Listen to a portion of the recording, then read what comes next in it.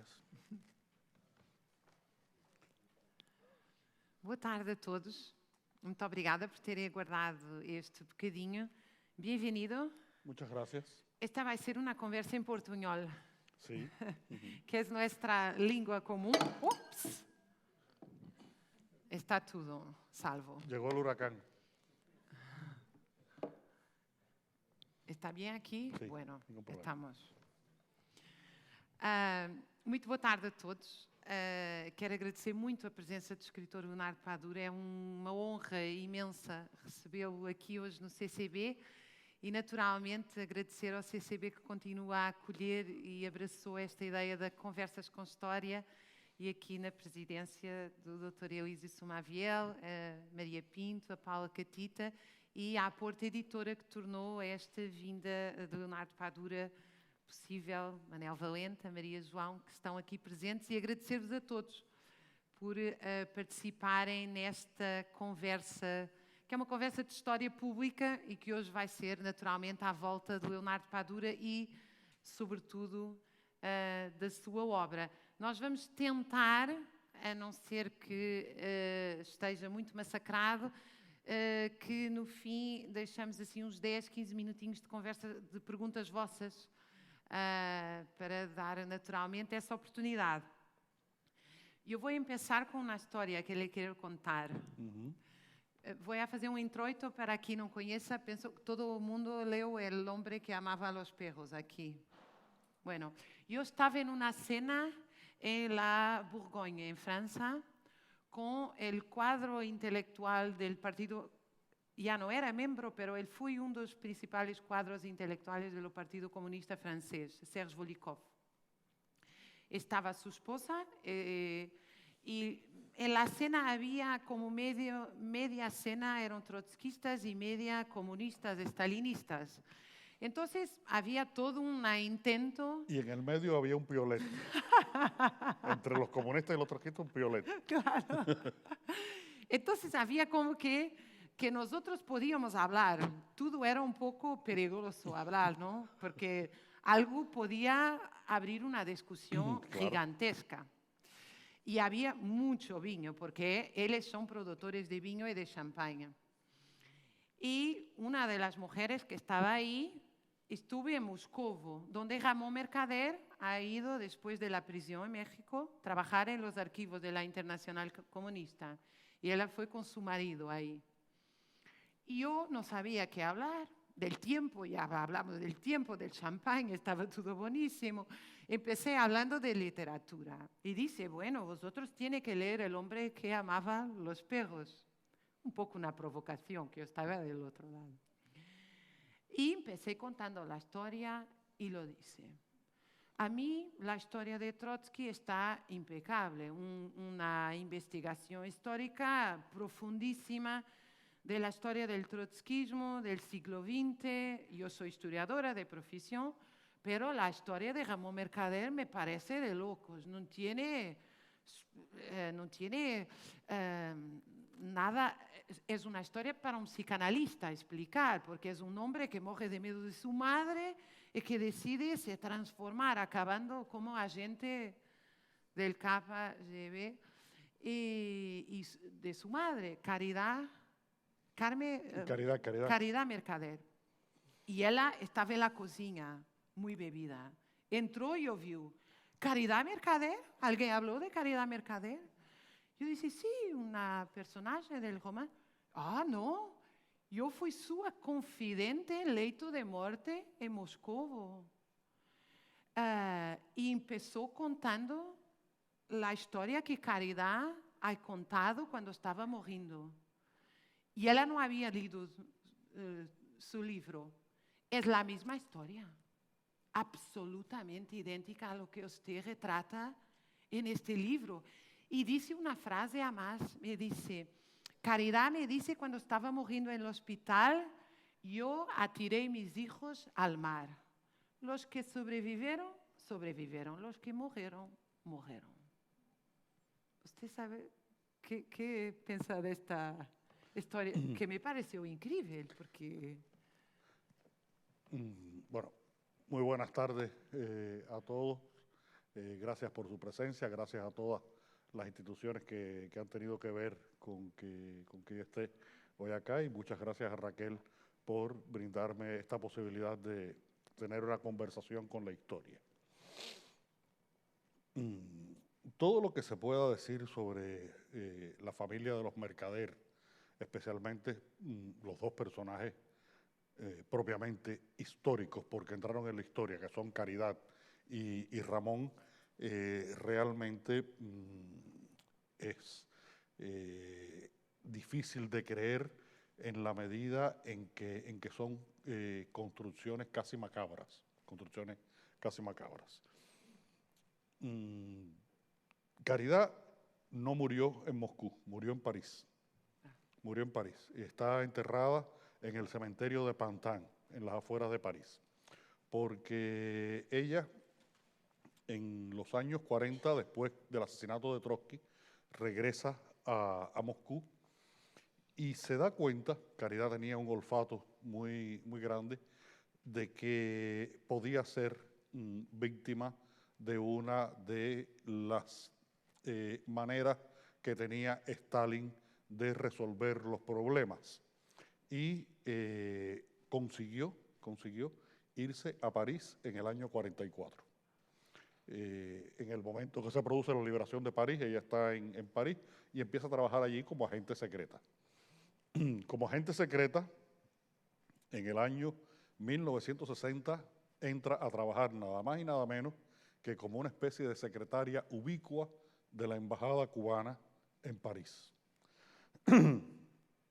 Y tiene que ser como agente secreta porque no iba a llegar Caridad del Río a la embajada cubana a trabajar porque ella quisiera ayudar a los cubanos simplemente.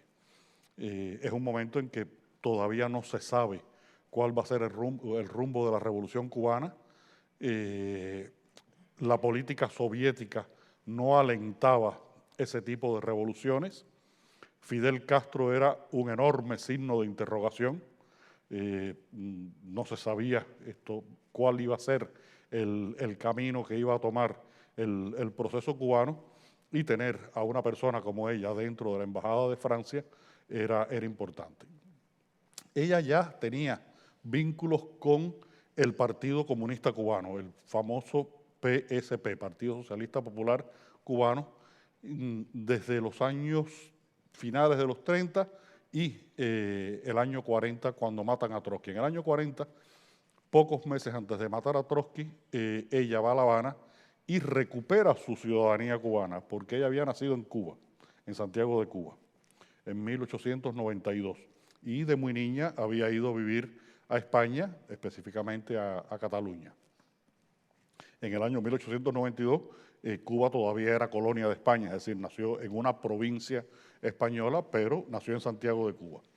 Y recupera la ciudadanía cubana en el año 40, ese es un dato que prácticamente se desconoce, no se ha hablado de él, porque la salida por Cuba era una de las posibilidades para Mercader, sacarlo de México y llevarlo a Cuba. Y tenía, por supuesto, el apoyo del Partido Comunista Cubano. Y ya tenía relaciones con algunos de estos miembros del partido. Es decir, que cuando ella llega a la embajada cubana sabían quién era Caridad del Río. Pero de parte y parte parece que hicieron el juego. Todo esto ya entra en el territorio de la suposición, porque yo hablé con el embajador cubano de aquellos momentos en París, un gran músico cubano, un músico de concierto cubano, Harold Gramach, y Harold me hizo el cuento de la Caperucita Roja, y no me dijo las verdades que tenía que decirme, y era una persona ya muy mayor, y yo, bueno, le acepté el cuento que él me hizo, que no sabía quién era Caridad del Río, cuando otros compañeros del Partido Socialista Popular sí tenían relación, y yo vi cartas, vi los originales incluso, y tengo fotocopias de cartas cruzadas entre ella y algunos de esos compañeros de Harold Gramach en el Partido Comunista Cubano anterior al año 59. Dos cosas. En el cementerio de Pantin, cuando yo voy a localizar la tumba, Entonces este encuentro no se puede dar en Moscú, se puede dar, por ejemplo, en París. pudo haber sido en París, o debió haber sido en París porque murió en París. Ella muere en París en 1975. Muere en París en 1975, muere antes que Franco y decía que ella siempre pensaba haber sobrevivido a Franco y murió antes que Franco.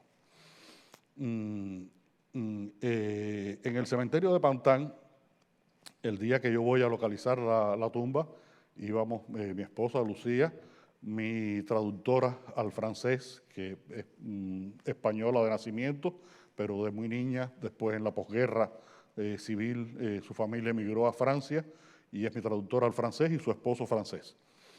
Y cuando llegamos al cementerio, preguntamos al señor que atendía allí en la oficina dónde estaba localizada la tumba de Caridad del Río. Y cuando hacemos la pregunta, hace la pregunta mi traductora en francés, el hombre me mira. El hombre me mira y nos da una localización. Vamos a la tumba, es ese tipo de cementerio que yo siempre lo asocio con el principio de la película de Spielberg, Salvar al Soldado Ryan. Ese tipo de cementerio que son un prado con muchas pequeñas lápidas. Encontramos la lápida y están enterrados ahí Caridad del Río Hernández y Jean Dudot. Tiro mis fotos, localizo el lugar, me hago una imagen del sitio y cuando vamos a salir, el señor del cementerio nos llama y dice, pero ¿ustedes por qué querían saber sobre esta tumba? Y entonces le dice mi traductora, no, es que él es un escritor cubano que está escribiendo una historia en la que aparece esta persona que está enterrada ahí. Y dice, sí, yo sé quién es esa persona y les pregunto si tienen alguna relación. Yo quisiera saber si tienen alguna relación personal con ella. Y mi traductor le dice, no, ninguna relación, es un interés puramente histórico, literario. Dice, no, el problema es que este año es un año de gracia que le ha dado el cementerio porque hay que sacar los restos de ella ahí y no sabemos qué hacer con los restos de ella. Porque esta tumba fue pagada durante 20 años, y nos dijo así el hombre, por un país que ya no existe. Es decir, había sido pagado por la Unión Soviética. No sé, nunca volví al cementerio de Pantin, no sé qué habrá ocurrido con los restos de Caridad Mercader. Pero Jean Dudot era el esposo de la hija de Caridad del Río. Caridad tuvo 5 hijos. Pablo, Jorge, Ramón, Montserrat, Monse y Luis. Se dice que Luis, que era el más pequeño, no era hijo de Mercader, de Pau Mercader, el padre de los otros 4, pero tenía el apellido Mercader, Luis Mercader. Pablo es el que muere aplastado por un tanque al principio de la Guerra Civil. Jorge tenía un problema de poliomielitis y se había ido a Francia. Ramón es Ramón. Luis se lo llevan muy joven a la Unión Soviética, era el menor de todos, se lo llevan a la Unión Soviética cuando está terminando la guerra. Y Monse se va a París y en París se casa con Jean Dudot. Se publica la novela El hombre que amaba a los perros en francés. Yo traté durante todo el tiempo que estuve haciendo la investigación y la escritura de la novela, que fueron 5 años, de hablar con algún pariente de Ramón Mercader. Traté de hablar con la hija de Luis, una soviética de origen español que vive en Barcelona y que fue una de las personas más cercanas a Ramón, y esa muchacha no me respondió nada. Traté de hablar con los hijos adoptivos de Mercader, el varón y la hembra, a través de, porque Ramón, como ustedes saben, vivió los 4 años finales de su vida en Cuba. Traté de hablar sobre todo con Arturo, el varón, el mayor, y a través de una persona que había sido muy amiga de él en Cuba, y nunca nos respondió nada. Ni cartas, ni llamadas telefónicas, ni nada, no nos habló. Con el único que pude hablar en algún momento fue con un personaje que es muy interesante, que se llama Gay Mercader. Gay Mercader era algo así como sobrino, nieto, segundo de Ramón. Era otra parte de la familia y fue un hombre que hizo algo muy importante en España. Fue el hombre que en los años finales de Franco llevó a los Rolling Stones a España y abrió la mirada de los españoles al mundo. Es un productor musical muy conocido. Y cuando yo logro hablar con Gay por teléfono, me dice, mira, Leonardo, yo me he leído tus libros, te conozco, sé quién eres, porque él era muy amigo de mis editores españoles. Él vive en Cataluña. Y me dice, en estos momentos tú sabes más de Ramón Mercader que yo, porque en la parte de la familia a la que yo pertenezco, nos decían que esos Mercader no eran familia de nosotros. Y yo de Ramón no sé prácticamente nada. Es decir, que nunca pude hablar con nadie de la familia que me dijera algo. Hasta que sale la edición francesa del libro y mi editora francesa me dice, he recibido una llamada de un señor que se llama Jean Dudot. Digo, pero es que Jean Dudot está muerto. Dice, no, es el hijo de Jean Dudot, que vive en La Rochelle, que se ha leído tu libro y como vas a venir a París, él quiere tener un encuentro contigo.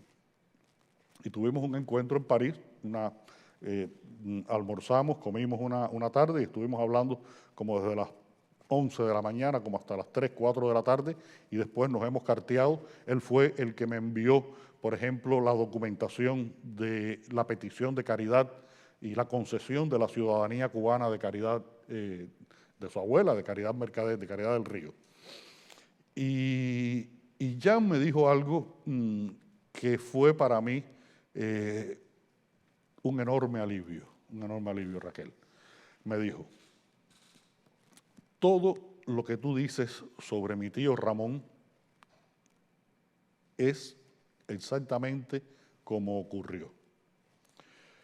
Todo lo que dices sobre mi abuela Caridad es exactamente como ocurrió, excepto una cosa.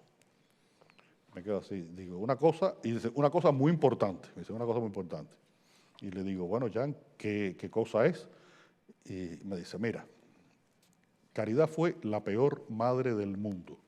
La peor madre del mundo.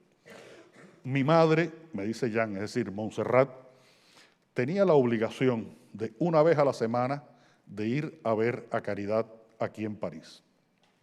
El día antes de tener que ir a verla, mi madre tenía fiebre, vómitos, diarreas, porque no resistía estar cerca de su madre, no quería ir a verla, y se enfermaba, era una cosa psicosomática lo que le provocaba. Así que te podrás imaginar la relación de los hijos con la madre. Pero lo que te faltó, y que tú no sabías, por supuesto, me dice él, es que era la mejor abuela del mundo. Digo, ¿cómo la mejor abuela del mundo? Sí, como era loca y anarquista, cuando nosotros los nietos salíamos con ella, podíamos haberle dado candela a Notre Dame, podían haber sido los nietos de Caridad, que a ella le parecía perfecto. Cualquier cosa que hicieran los muchachos eran absolutamente libres de hacerlo. Y eso para un niño, por supuesto, es un enorme atractivo, tener un abuelo que lo deje hacer lo que a uno le dé la gana. Y me tranquilizó mucho, sobre todo saber que nada más había tenido esa equivocación según la perspectiva de alguien muy cercano a la familia. Y este Jean Dudot me regaló una foto, me regaló varias fotos. Me regaló fotos, por ejemplo, en la que está Mercader con sus perros en la casa de La Habana. Me regaló la fotocopia de una carta en la que se refiere a los perros y habla de los perros como los niños de la casa. Es decir, que los perros eran para él importantísimos realmente. Estos dos enormes borzoi rusos, que después puedo contar algo sobre ellos, de cómo esos borzoi rusos llegaron al cine cubano. Son personajes en el cine cubano. Mira la cara. Yo estoy preocupada. De Raquel. ¿Qué estaba diciendo? Porque me fui con lo de los perros. La fotografía. Y es una foto curiosísima, porque está Ramón Mercader en los años que vivió en Cuba con el hermano mayor de Fidel Castro, Ramón Castro. El problema es que Fidel y Ramón eran como mellizos, no eran mellizos, pero eran muy, muy, muy parecidos. Y entonces yo a veces hago la prueba con determinadas personas y le enseño la foto, le digo, miren esta foto. Y dice, sí, ese es Fidel. ¿Con quién? Dígole, el que está al lado es Ramón Mercader. Ramón Mercader, pero el que está, el otro, fíjate bien, a ver. Coño, no es Fidel, es Ramón. Es decir, que él tuvo una relación con las esferas de poder en Cuba, entre ellos Ramón Castro. Si hay alguna foto de él con Fidel, no lo sé, esa no la he visto, porque de Mercader no se hablaba absolutamente nada en Cuba. Leonardo, cuando yo te he hecho esa pregunta de la cena, tú hablaste de 3 países de varias décadas del siglo XX. En su último libro hablas del tiempo y de la circularidad del tiempo. Está traducido al portugués como circularidad del tiempo. Y en la verdad es un diálogo, ya como es el eje, entre el pasado y la actualidad, como todos llevamos el pasado dentro. ¿Tú crees que nada es histórico? ¿Todo es histórico? ¿Por qué la historia tiene ese peso tan grande en su literatura? Sin duda, el ser humano es un resultado de muchas historias. Historias que tienen que ver con la biología, que tienen que ver con la climatología. El Homo sapiens que salió de África era negrito. Esto, cuando vivió 10 millones de años en Escandinavia, se volvió blanquito y tuvo que tener los ojos azules para poder resistir determinadas temperaturas y determinadas, en fin. Es decir, que el hombre es el resultado de muchas historias que lo han determinado. Pero a partir de que surge la escritura, pues nos enriquecemos con la historia.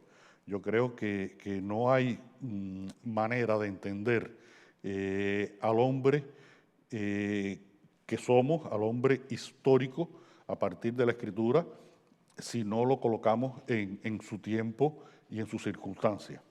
Ese tiempo y esas circunstancias, por supuesto, estoy convencido de que evolucionan. La historia tiene un desarrollo que no es precisamente lineal.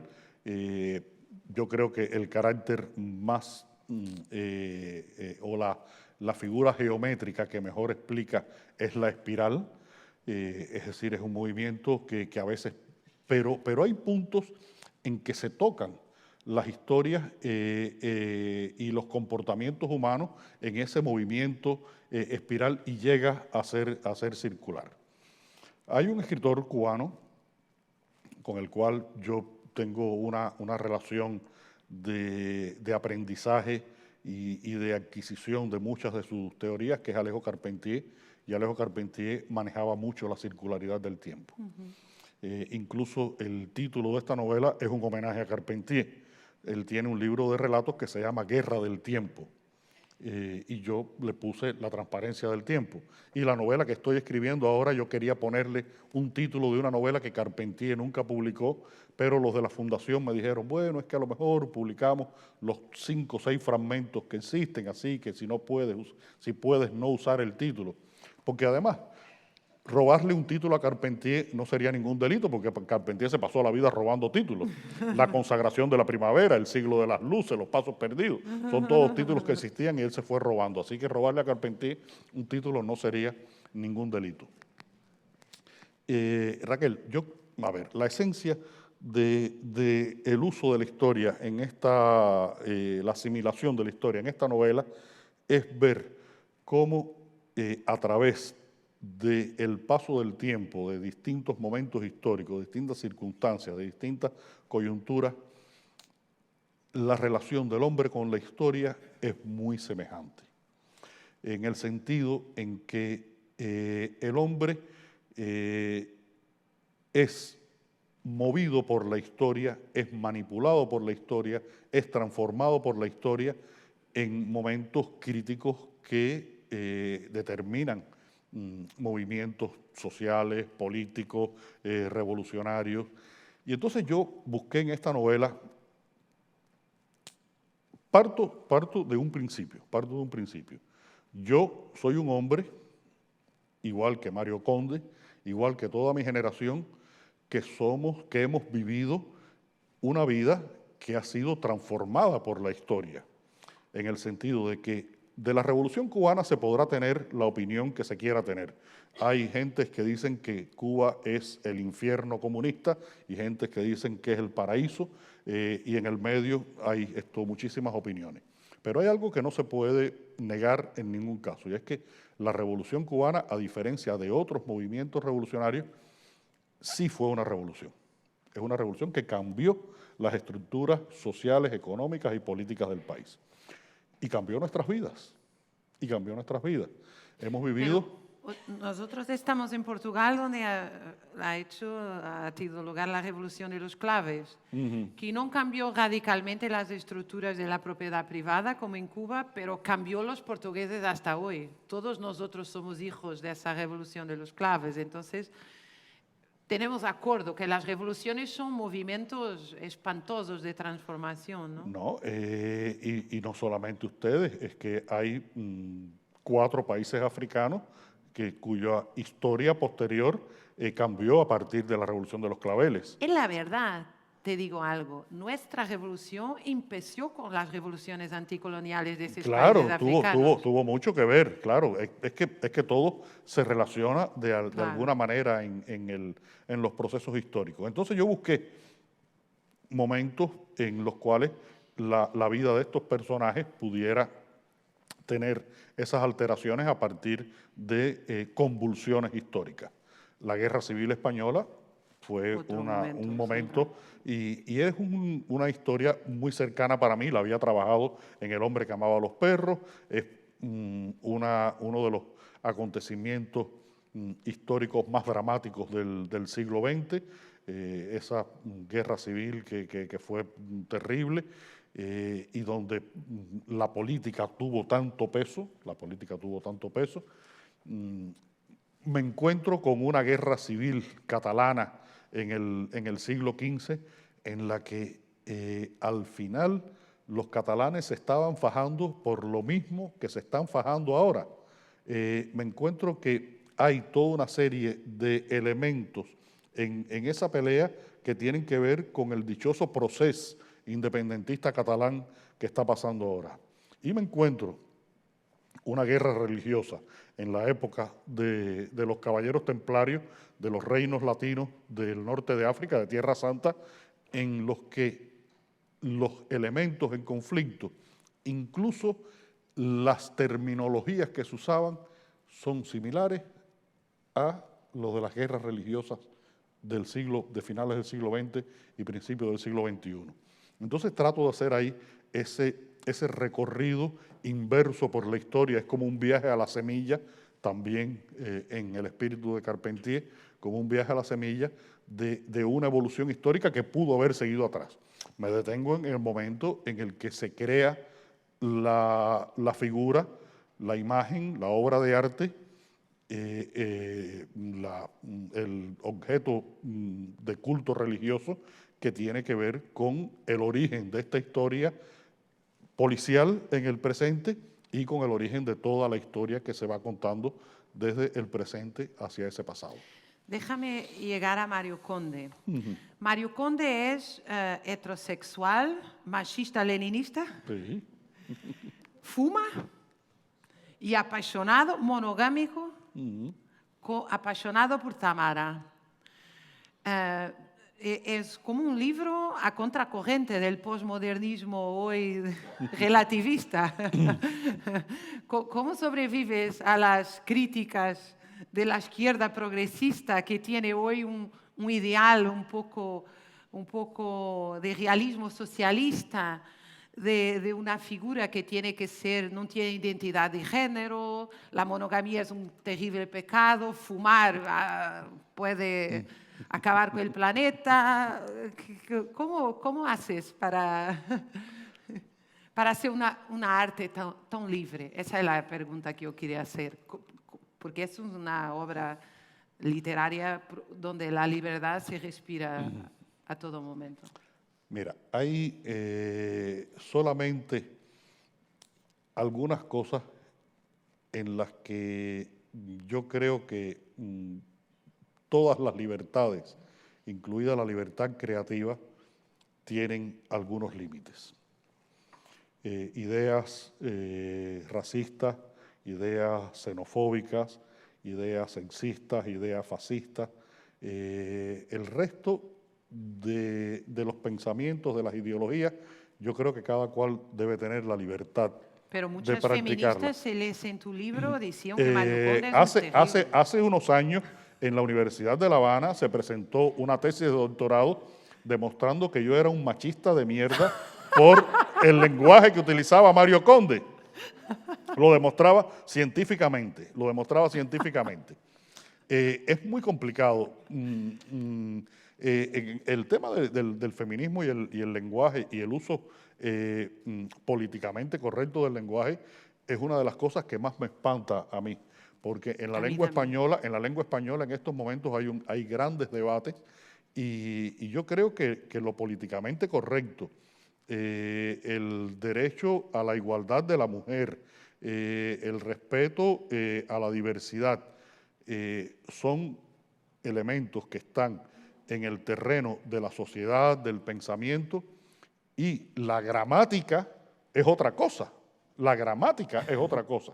No se puede decir la presidenta, hay que decir la presidente, porque el genitivo, es decir, lo que convierte a alguien que preside en un ente, viene del verbo ser, y es el presidente o la presidente. Esto como mismo es el paciente o la paciente, porque si no tendríamos que decir la pacienta, y, en fin, que sería una locura gramática la corrección política.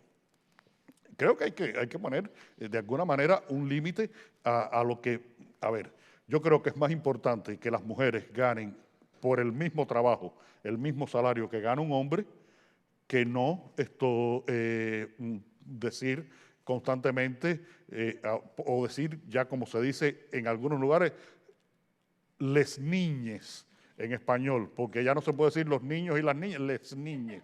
Entonces,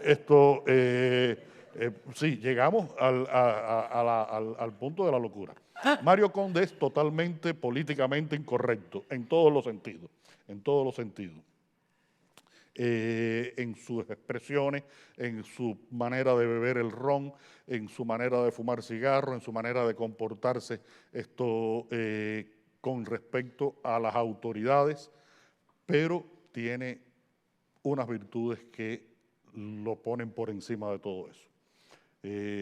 Su culto a la amistad, es un hombre decente, es un hombre honesto, en un mundo donde la honestidad es cada vez un valor más en desuso. Es un hombre fiel a sus principios y a sus amores y a sus fobias. Es fiel a sus amores y a sus fobias. Y creo que ese lado bondadoso de Mario Conde es el que lo hace cercano a los lectores. Hay un episodio en esta novela que a mí me gusta mucho, que pensé mucho cómo resolverlo, que es cuando Mario Conde le da sus zapatos a un mendigo que pasa un mendigo que es real, un mendigo que nosotros hemos visto por mi casa y al que una vez le Aunque regalé. en el libro nunca fica claro si es real. Claro, porque quise hacer eso, quise que fuera más universal, que ese mendigo fuera la imagen del que no tiene nada, del que no tiene nada. Y por eso es como un poco un fantasma o un alucinado, en fin, yo mismo no sé exactamente quién es el mendigo. Pero Mario Conde pone en práctica ahí una de las maneras de practicar la solidaridad y la fraternidad que yo creo que sería la de las que pudieran salvar al mundo. Es no dar lo que te sobra, sino dar lo lo mejor que que tienes. tienes, que va a cambiar los zapatos para dar los mejores. Dar lo que tienes. Pero tú dices algo muy importante que yo te quería preguntar. Yo quería ser una personaje universal. Yo creo que este romance aquí es el romance del siglo XXI. Es verdad, para mí, yo soy profesora de historia y los doy a mis alumnos. Si quiere empezar estudiando historia del siglo XX, esto lo lee. Bueno, gracias. No, porque es literatura universal. ¿Lo haces con conciencia? Miguel de Unamuno, en los años 1920, dijo algo que se ha convertido en mi manera de entender el arte de la escritura. Unamuno decía, hemos de hallar lo universal en las entrañas de lo local y en lo circunscrito y limitado, lo eterno. La historia de el verdadero protagonista de esta novela es un joven cubano que vive una vida pequeña, una vida medio miserable. Le pasan todas las cosas terribles que le pudo haber pasado a una persona en Cuba en esos años. Al final pierde a su mujer, a la que amaba. Su casa literalmente le cae encima, físicamente le cae encima, pero literalmente le cae encima. Y todo arranca de Cuba y regresa a Cuba. Y extenderme a través de otros contextos y de otros momentos históricos es una manera de ver la circunstancia cubana en esa proyección universal. En una novela como Herejes, me voy a la Ámsterdam de Rembrandt, un momento en el que una de las pocas veces que en Europa los judíos pudieron vivir con plena libertad y pudieron practicar judíos que venían huyendo de aquí, de Portugal y de España. De aquí, de sí, España. Sí. Baruch Espinosa debió haber nacido aquí en Lisboa y nació en Ámsterdam. Eso lo perdieron España y Portugal con una política terrible con respecto a los judíos.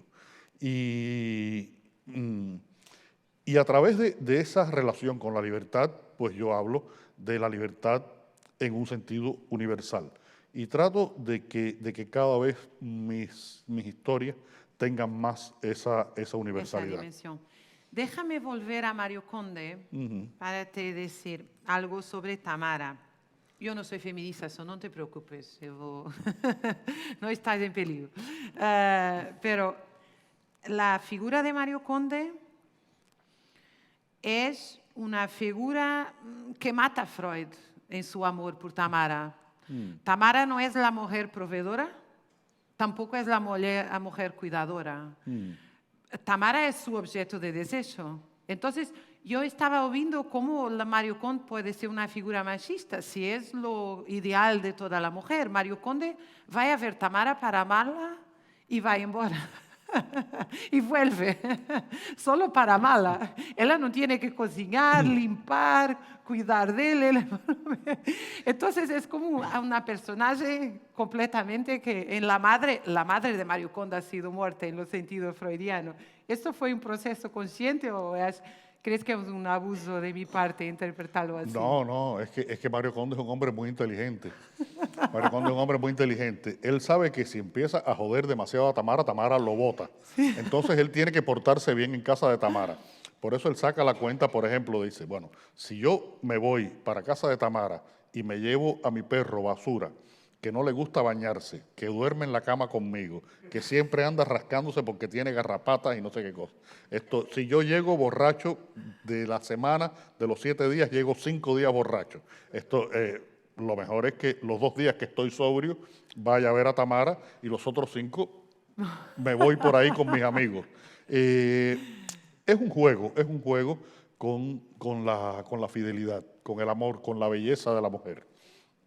Fíjate que, porque yo, bueno, tú no eres feminista, así que no tengo ningún problema contigo. Tal vez haya alguna feminista aquí.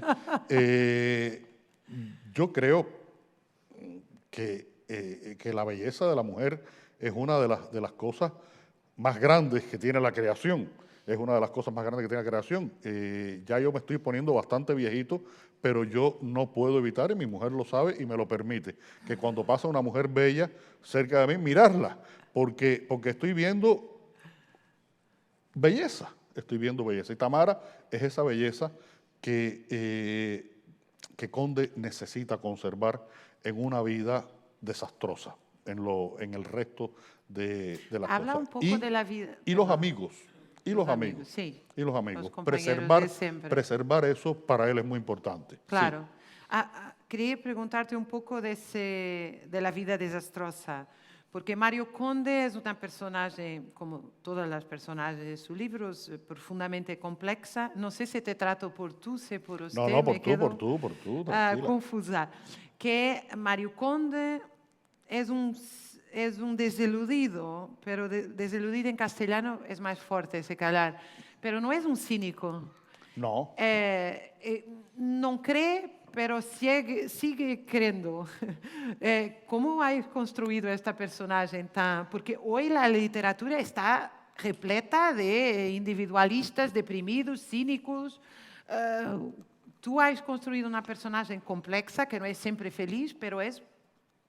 Yo creo que lo que caracteriza a Mario Conde en su mirada de la realidad y de la forma en que la interpreta tiene que ver con esta posibilidad de ser cínico, que en su caso no la practica, sino que lo que practica es la ironía. La ironía es un escudo. La ironía tú te defiendes con ella. Entonces Conde mira la realidad de una manera irónica. Un poco juega con ella, se burla de ella, porque es la manera que tiene de defenderse de una realidad muy, muy agresiva. Mario Conde lo mismo, tiene café que no tiene café, tiene dinero que no tiene dinero. Cuando tiene dinero, pues bueno, se lo gasta con los amigos en lo mejor, en el mejor ron, y en la primera comida que se encuentre se lo gasta con los amigos, porque de todas maneras lo va a gastar. Y dice, bueno, ya lo gastamos todo de una vez y me quito esa preocupación de encima. Entonces, en esa vida que lleva Conde, poder tener una coherencia es muy difícil. Pero es que también Conde es, en muchos sentidos, el reflejo de mi generación en Cuba. El reflejo de mi generación en Cuba, una generación que creyó, que participó, que trabajó, que se sacrificó, que obedeció y que en un momento determinado se encontró con las manos vacías. Conde lo dice, o uno de los personajes cercanos a la Conde crisis está lo dice, permanentemente... lo dice en esta novela. Hemos llegado a un punto en el que somos demasiado jóvenes para morirnos, pero demasiado viejos para cambiar. Y yo creo que mi generación fue la última realmente romántica que hubo en Cuba. Hoy en día los jóvenes cubanos son mucho más pragmáticos. Que son las personajes de la última parte de Herejes. De la última parte de Herejes, estos jóvenes que quieren vivir esto con otras filosofías, con otras condiciones, o son los triunfadores del presente que hacen negocios, tienen determinadas posibilidades económicas, porque saben hacerlo, tienen capacidad para hacerlo, y nosotros, mi generación, no tuvo esa capacidad ni esa posibilidad. Y Mario Conde, en ese sentido, es un representante de esa desilusión que tú bien mencionabas. Se habló mucho en los años 90 de que mis novelas y las de otros escritores cubanos participaban de lo que se llamó la literatura del desencanto. La literatura del desencanto, ese momento posterior a la desaparición de la Unión Soviética, cuando se empiezan a revelar y a conocer cosas que no conocíamos, que nos habían ocultado durante mucho tiempo, que empezamos a tener otra información sobre lo que había ocurrido incluso en la época de Stalin. Eso tenía una especie de manto sobre la información que se podía tener. Y Trotsky cae también en ese mundo. Yo me acerco a Trotsky por ignorancia, porque yo no sabía absolutamente nada de Trotsky. Lo más significativo que ha pasado en términos filosóficos en Cuba en los últimos meses es que se acaba de celebrar un congreso sobre Trotsky. Es verdad, yo estuve para participar, pero no pude. Pero es que internacional de académicos. Hace un año hicieron un reportaje en la televisión para recordar el centenario del Ejército Rojo y no se mencionó a Trotsky. Todavía hace un año no se mencionaba a Trotsky en la televisión cubana y ahora de pronto se hace un seminario internacional. En Cuba es muy difícil entender las lógicas de las cosas.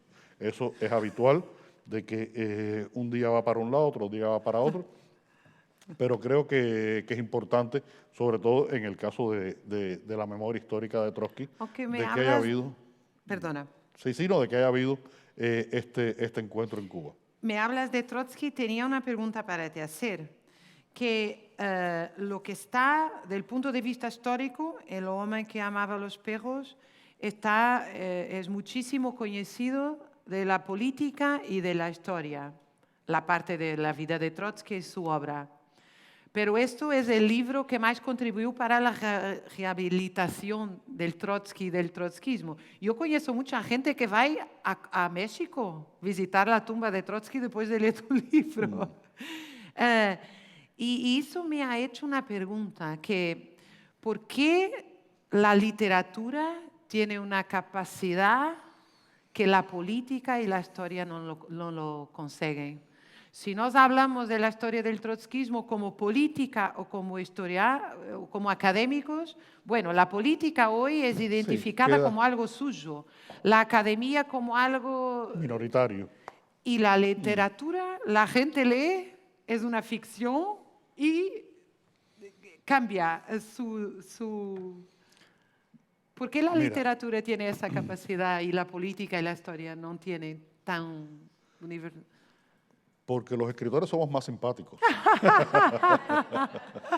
Esto es verdad. No, mira, yo creo que como en el caso, vamos a dejar fuera la parte de la política, porque la política es la mezcla de muchas cosas. Vamos a hablar de dos elementos que son más puros, la historia y la literatura.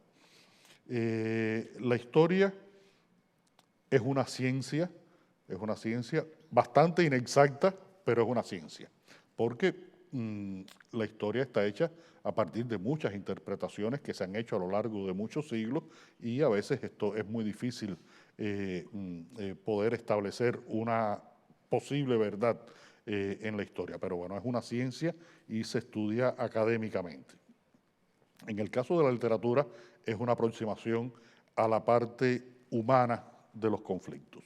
Y tal vez por eso tenga una comunicación mayor con un grupo de personas de distinta formación, de distintas tendencias, de distintos niveles culturales. Yo acabo de publicar en España un libro de ensayos que se llama Agua por todas partes. Son varios ensayos que reuní ahí y se llama Agua por todas partes por un verso del poeta y dramaturgo cubano Virgilio Piñera, que habla de la maldita circunstancia del agua por todas partes, el hecho de la insularidad cubana que es tan determinante. Y en ese libro, entre los ensayos que reúno, bueno, trato de hablar de distintos temas, pero se me fue lo que iba a decir. De historia y literatura. De historia y ¿Por qué la literatura, literatura? sí. Ay, se me fue. Estabas hablando de Voy. la diferencia, que la historia era una ciencia y la literatura más humana, lo retrataba de forma más humana. Ya, es una frase que he repetido 500 veces. Yo cito una... cuando Flaubert escribe Madame Bovary, los críticos franceses le caen a palo. Le caen a palo al pobre Flaubert. O sea, que cómo era posible que hubiera escogido a una adúltera como el personaje principal de una novela. El crítico más importante de aquella época escribió horrores sobre Flaubert, después recibe determinadas... Bueno, y en un momento Flaubert, para defenderse, escribe una carta y dice, yo lo único que me proponía era llegar al alma de las cosas. Y yo creo que eso es la literatura. Es una manera de llegar al alma de las cosas. Y al llegar al alma de las cosas, pues le devela al lector una perspectiva que ustedes los historiadores no pueden tener porque tienen que trabajar como científicos que son. En una novela como Herejes, por ejemplo, todo el periodo que yo hablo de Rembrandt y de Ámsterdam en la década de 1640, yo al final del libro hago una aclaración. Digo, esta década de 1640 que yo presento en la novela es un resumen de la década de 1640 y la década de 1650. ¿Por qué? Porque a mí me interesaba que el proceso de Spinoza entrara en la década de 1640, en el momento en que Rembrandt pinta esas cabezas de Cristo y este judío tiene que huir de Ámsterdam. El historiador no puede hacer eso. El historiador tiene que seguir determinadas pautas. La novela es un código que tiene la posibilidad de decirte, yo aquí voy a contarte una mentira como si fuera verdad. Y tú, sabiendo que es mentira, lo vas a leer como si fuera verdad. Es un juego limpio, es un juego limpio. Si tú como historiadora me dices, aquí te voy a contar una mentira, yo te digo, bueno, no, esto cómo me vas a contar una mentira, porque tenemos dos territorios de expresión y de acercamiento a las realidades que son diferentes. Para mí, haber escrito... un chiste de la Sí. Unión Soviética. Sí. En la Unión Soviética el futuro es cierto, pero el pasado imprevisible. Sí. Se dice que en el socialismo nunca se sabe el pasado que te espera. Nunca se sabe el pasado que te espera. Cuando se abren los archivos, nunca se sabe lo que hay escondido. Estoy agotado. Sí, el poder de la literatura y con respecto a la historia. Con El hombre que amaba a los perros, yo he tenido muchas satisfacciones en cuanto a quienes han leído ese libro. Lo ha leído mucha gente. A cada rato me encuentro con personas importantes que se han leído el libro. Pero la primera vez que llego a Brasilia, después de publicado el libro, llego a Brasil, fui a la feria del libro de Brasilia, me encuentro en el hotel cuando llego una nota de mis editores, me dice, reserva el almuerzo del domingo porque a las 12 te vienen a recoger porque la presidenta Dilma quiere almorzar contigo y con Lucía. Y bueno, fuimos a almorzar con Dilma al Palacio de Presidencial, a la casa de la presidencia, Brasilia. a la casa de la presidencia ahí en Brasilia. Y cuando estábamos hablando, yo le pregunto, bueno, ella me dijo maravillas del libro y tal. Le pregunto, ¿y Lula se lo ha leído? Me dice, llevo 2 años detrás de Lula para que se lea el libro, pero Lula no se lee libros de más de 100 páginas. Lula no se lee libros más de 100 páginas y estoy detrás de él para que se lo lea. Me voy y regreso como a los 2 años a Brasil. Y me dicen mis editores, Lula quiere verte. Empezó a leerse la novela y se la leyó completa. Ah, qué bien. Y cuando fuimos, Lucía estaba conmigo también en esa ocasión, fue muy bonito porque realmente se había leído el libro. Realmente, tú sabes cuando alguien se ha leído por arriba el libro o cuando alguien se lo ha leído.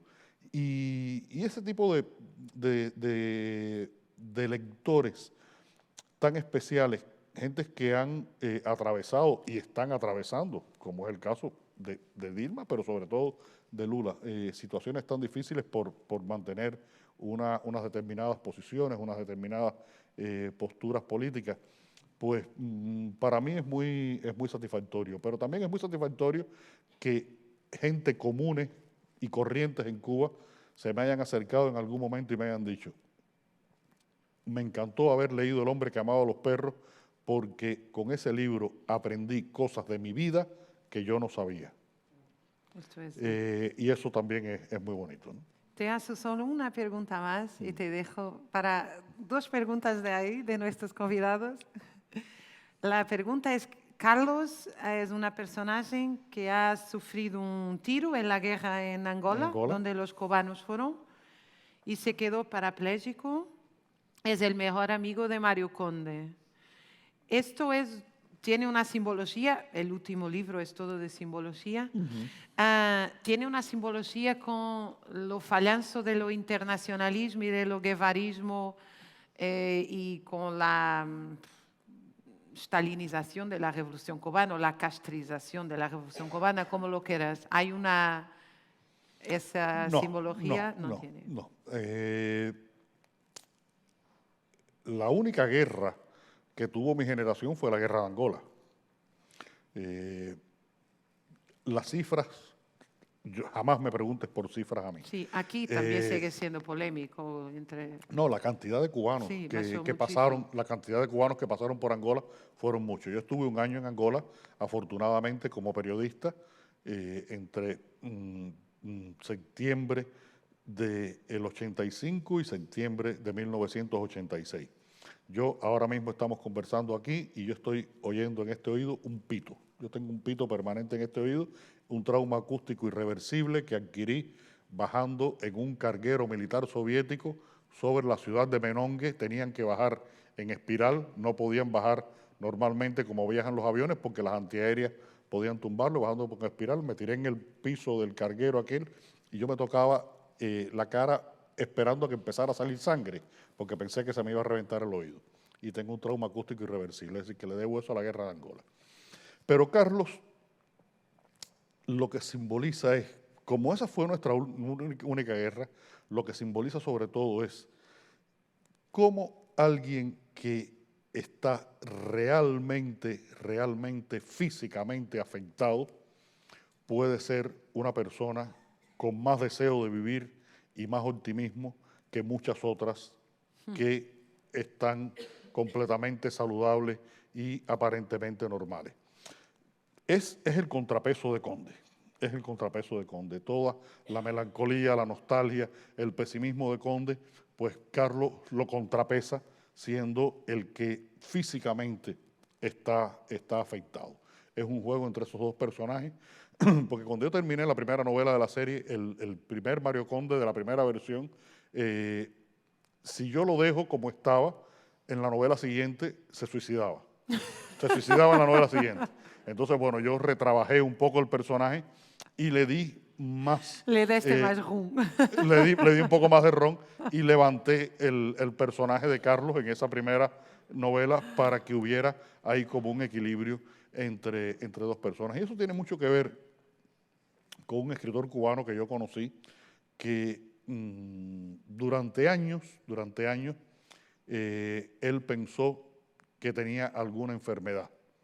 Un hipocondríaco. Un hipocondríaco absoluto. Fue de las primeras personas en Cuba que enfermó de SIDA en los años 80. Y cuando se estaba muriendo decía, no, estoy perfecto, no tengo ningún problema. Esa relación con la realidad de la posibilidad de la muerte que lo transformó por completo y le quitó toda su carga de hipocondríaco y lo convirtió en un personaje optimista. Un poco eso es lo que yo trato de hacer con Carlos y como contrapeso de la figura de Conde.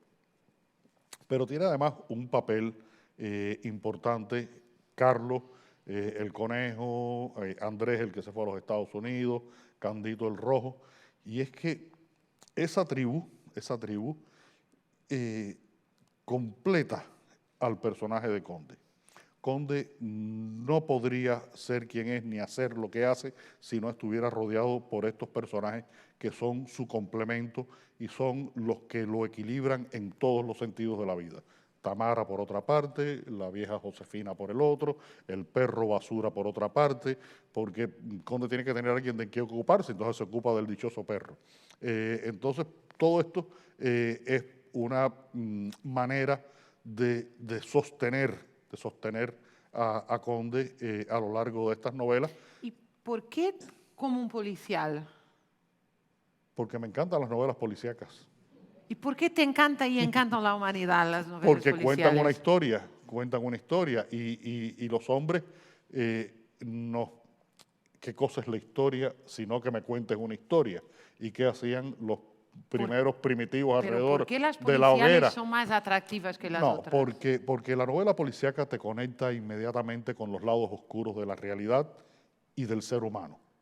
Yo creo que esa es una característica de la novela policíaca, sobre todo de esta novela policíaca más contemporánea, de autores que empiezan a publicar a partir de los años 80. El caso de Manuel Vázquez Montalbán en España es paradigmático en ese sentido. Y creo que el hecho de que te presente es Madame Bovary. La felicidad no es dramática, no es literaria. No es literaria. La traición, el odio, el engaño, la ira, son los materiales de la literatura. Y por eso los suizos prácticamente no tienen escritores, porque todo el mundo está mirando el paisaje, así de lo más bonito, y sin embargo, ustedes los portugueses, con todas las cosas que han pasado, tienen magníficos escritores y nosotros en Cuba seguimos escribiendo también. Maravilloso, muchas gracias. Voy ahora a preguntar...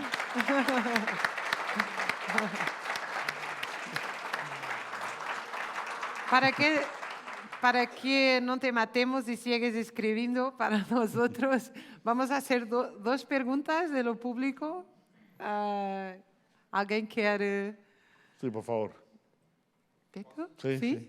Está aí um microfone que é para ficar gravado. E mais alguém quer?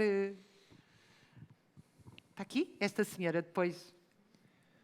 Primeira coisa, obrigado pela excelente conversa. A entrevista foi deliciosa. E eu vou contar algo do que foi, para fazer a pergunta, o que foi o lançamento editorial no Brasil, exatamente tal como foi.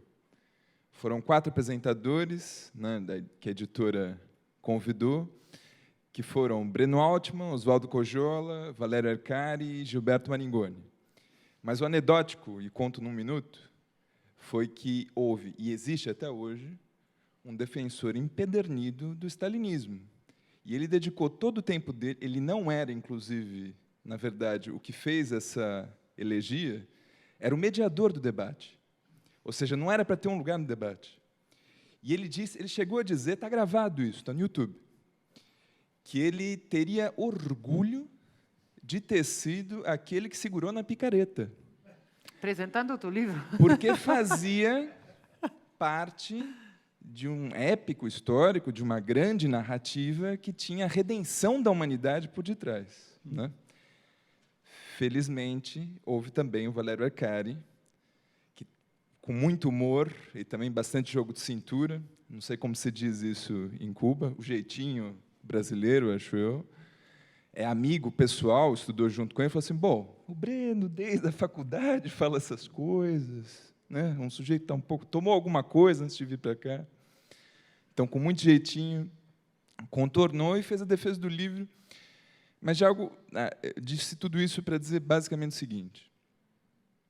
Existe uma ideia muito bem estabelecida, uma ideia-força, de que, se não fosse o stalinismo, seria outro tipo de autoritarismo, que toda revolução se degenera, que o sonho de transformação social sempre carrega algo de nefasto. E, no seu livro, estou longe de ser o maior entusiasta do livro, a Raquel conhece muito mais, mas esse livro, enfim, o que de melhor eu já li, talvez próximo disso seria o Minha Vida, do próprio Trotsky, sobre essas narrativas. Como se objeta essa ideia para que as pessoas sigam acreditando em alguma coisa que seja maior do que si mesmas? É basicamente essa a pergunta. ¿Ha comprendido? Pero la pregunta exactamente La cuestión es, porque hay toda una narrativa que todas las revoluciones acaban degenerando, que no es posible realmente una transformación social. Entonces, si no fuese el stalinismo, sería algo idéntico al stalinismo. Y tu libro acaba por no seguir esa narrativa.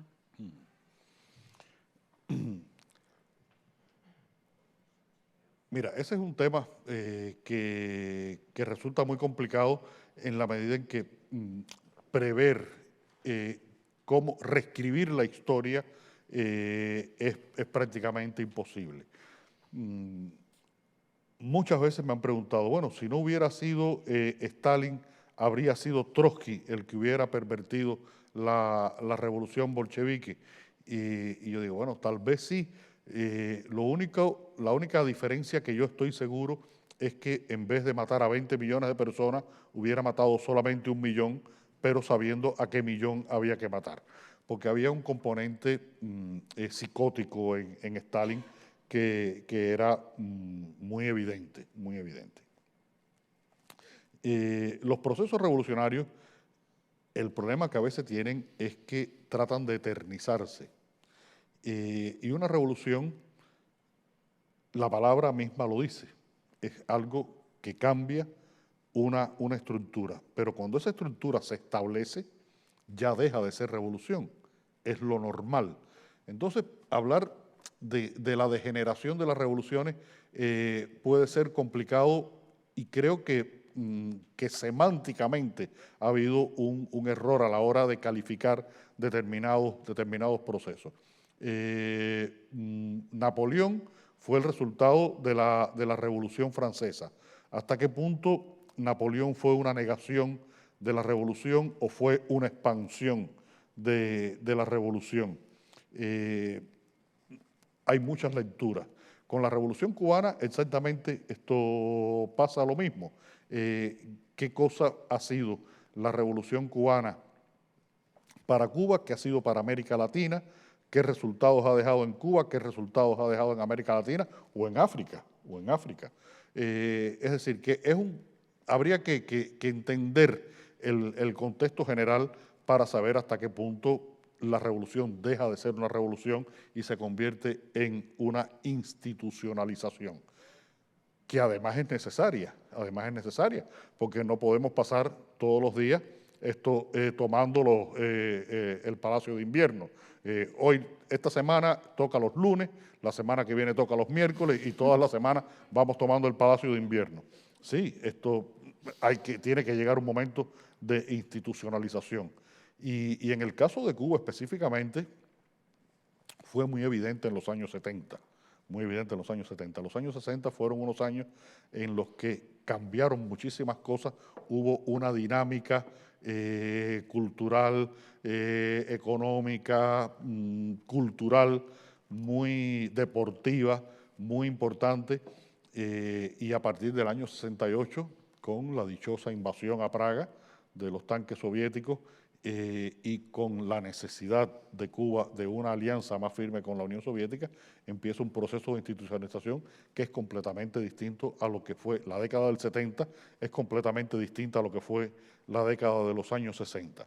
En los años 60 pasaba por Cuba todo el mundo, Sartre iba, entraba por una puerta, salía por la otra, y nos parecía una maravilla.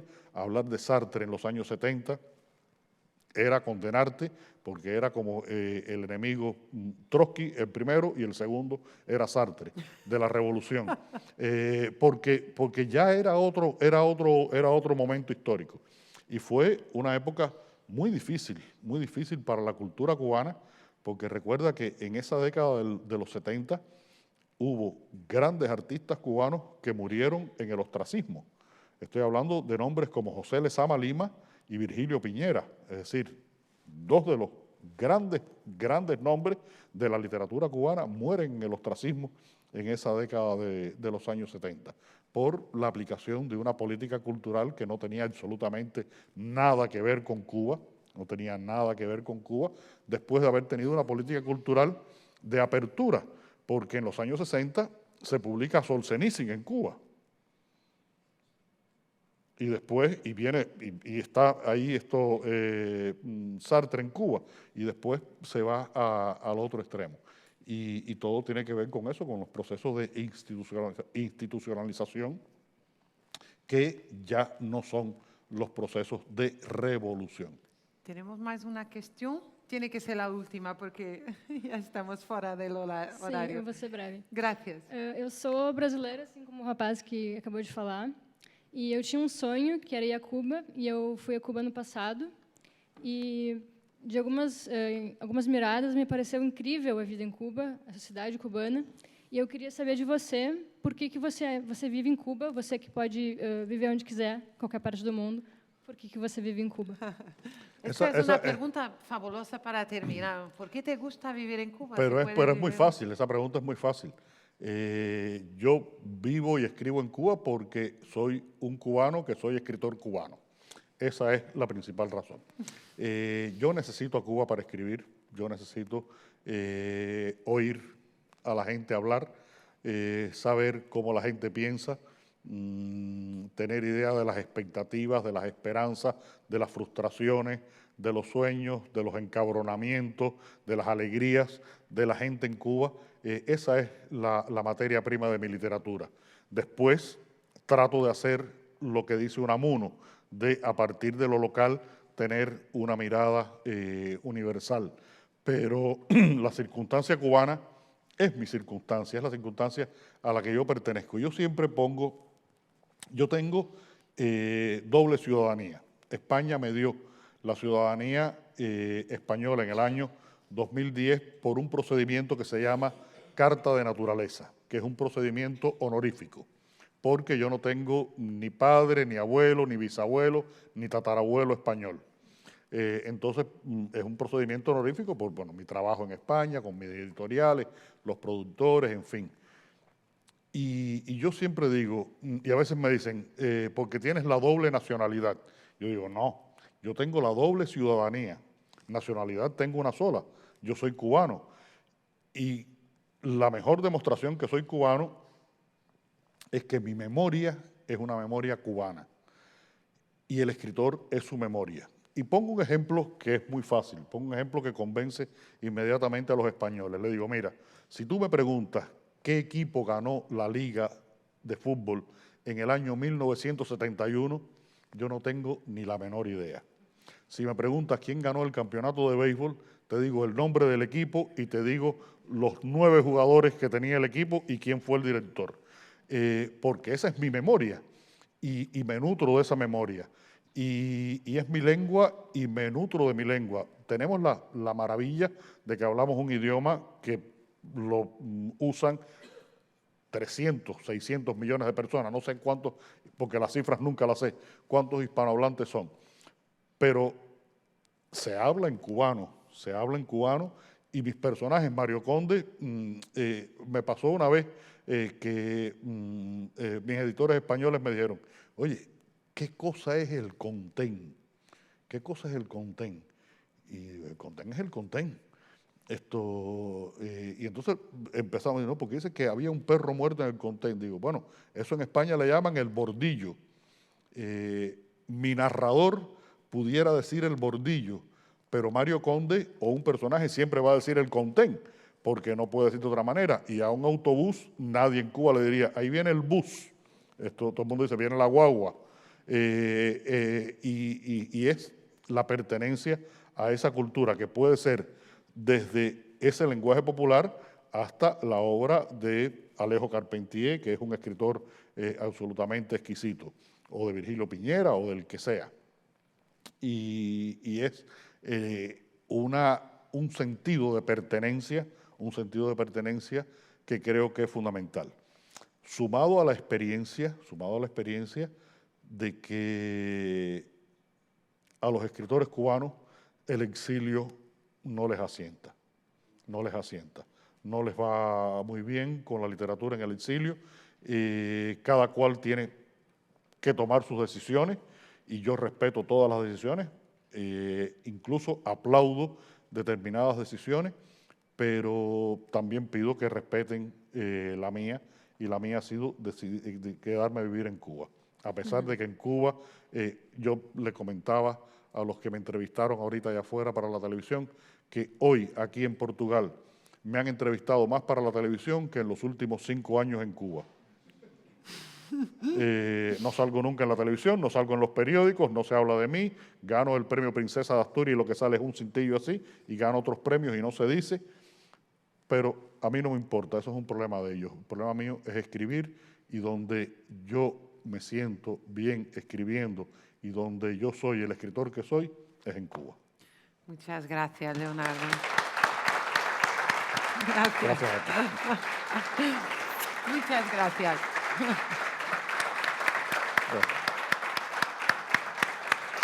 Muito obrigada a todos por terem estado aqui conosco. Nós vamos continuar o Conversas com História no dia 6 de junho, Dom Carlos Azevedo. Em setembro temos o reitor da Universidade Federal do Rio de Janeiro, professor Roberto Lehr. Se o Bolsonaro continuar no poder, é natural que ele já não seja reitor nessa altura, isso eu não posso garantir. E depois vamos ter o diretor do Instituto de Sociologia da Universidade de Viena, em outubro, o professor Klaus Dor, e já temos confirmado o professor Pietro Basso, que é um dos principais estudiosos das migrações na Europa. Leonardo, foi encantador. Muchas gracias. Muchas gracias. Obrigada. Gracias.